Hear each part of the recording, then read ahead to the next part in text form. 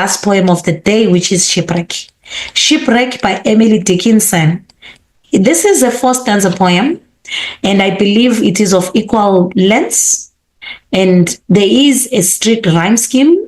And one of the things we must focus on is that content is divided according to stanzas.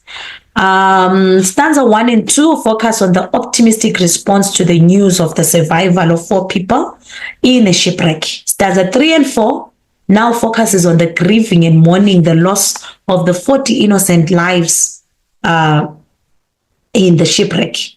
One of the things we should know is that the tone is divided according to the content. The mood is divided according to the content, and so are the themes. I believe in stanza 1, clearly the great storm is over. This is a response to a relief on the ending of the great storm, of the storm that brought destruction. So when we're coming into this poem, we are now given the issue of excitement and relief over the ending of the storm. Glee is capitalized. I believe that's a tone of rejoicing. Exclamation is to show the expression of the relief. So now there is a need for celebration. The celebration, you must be clear, it is of the ending of the storm. Now, when we come in, it says, 4 have recovered the land, 4 have survived. But line 3 says 40 drowned. And now when we're coming in, we are saying euphemism is used there when we say gone down together. And now when we're coming in, swallowed into the depths of the sea, that's into the boiling sand. So the sand is churning violently in the raging sea. That increases the horror of the situation, and therefore it does bring in the intense grief. Stanza 2 comes and says, ring for stand salvation. That is the announcement in the town bell, ringing of the town bell to announce the survivors that are returning home. Exclamation is the gratitude that they feel for the few survivors, only 4 that came back. The ringing of the church bell is a signal of the funeral bell that will sound slow and stately for the whole town. Now we are talking about the senseless loss of lives. Devastation is painted there. Now when we come in, bony souls, they are given an identity and therefore they are personalized. They were members of the community. One was a bridegroom, which means he was newly married and therefore now leaving a grieving young widow behind. Now we are also having a mother, daughter, I believe when we, part of a community, neighbor, friend. That's what we are talking about. They were part of a community. And as such, what has happened? They were swept and tossed around mercilessly, helplessly fighting their fate upon the shores. It's a sorrowful and tragic loss of their lives. Stanza 3 shifts now to the remainder of the future generation. Because now they are asking themselves how they will tell of the shipwreck to the children who will ask what happened to the 40 that did not come back no more. So now the winter is personified as harsh and cold and cruel. So now the shock and tragedy weighs down heavily upon the children as well as the people who will have to retell the story.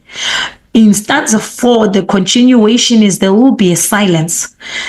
There will be no explanation that can be given because it is too great a loss. The pace slows down. Deathly silence spreads as the tale of the shipwreck is told. The listeners process such grave loss and are also in shock. It's a depressing mood. It's a mournful mood. So now when we see the S of silence, which is capitalized, we realize the heightening of the sadness. The person relating and narrating the story shows a sense of sadness and pity. and is overcome by grief, which can be seen in his eyes. But now no answers can be effectively given to the searching questions of the children. They too understand from the look they see, because they will experience the pain and difficulty of the adults. So now the children must in a way come to terms with the tragic loss of the adults, which are the 40 people. Melancholy is created in that stanza, and as such, no words will suffice. Not even the old empty clashes can bring comfort and solace. And therefore, what do we mean? Hopelessness persists, and therefore tragedy has struck the community. So now when we're coming in, as I say, to the tones, the mood differ according to the content. There is a joyful celebratory tone. You must be clear. Line 1 shows a joyful celebratory tone to the end of the storm, but somberness, sadness, melancholy dominates the whole poem. Sorrowful, depressing mood dominates the whole poem. Grief, mourning, death, loss dominates the whole poem, and therefore that's what you must be specific. Don't just say the tone is a joyful mood. There's only joyfulness in glee. The great storm is over, and that 4 survivors have returned, and therefore that's where you must show the optimism that is there based on the poem. But now when it comes to the rest of the poem, 40 people drowned. They were members of the community. The story is painful to retell. There can be no answers given to the loss and what happened to them, and therefore that dominates the poem. So that's our poetry section that we must prepare for, and therefore it means that we have 12 poems to look for.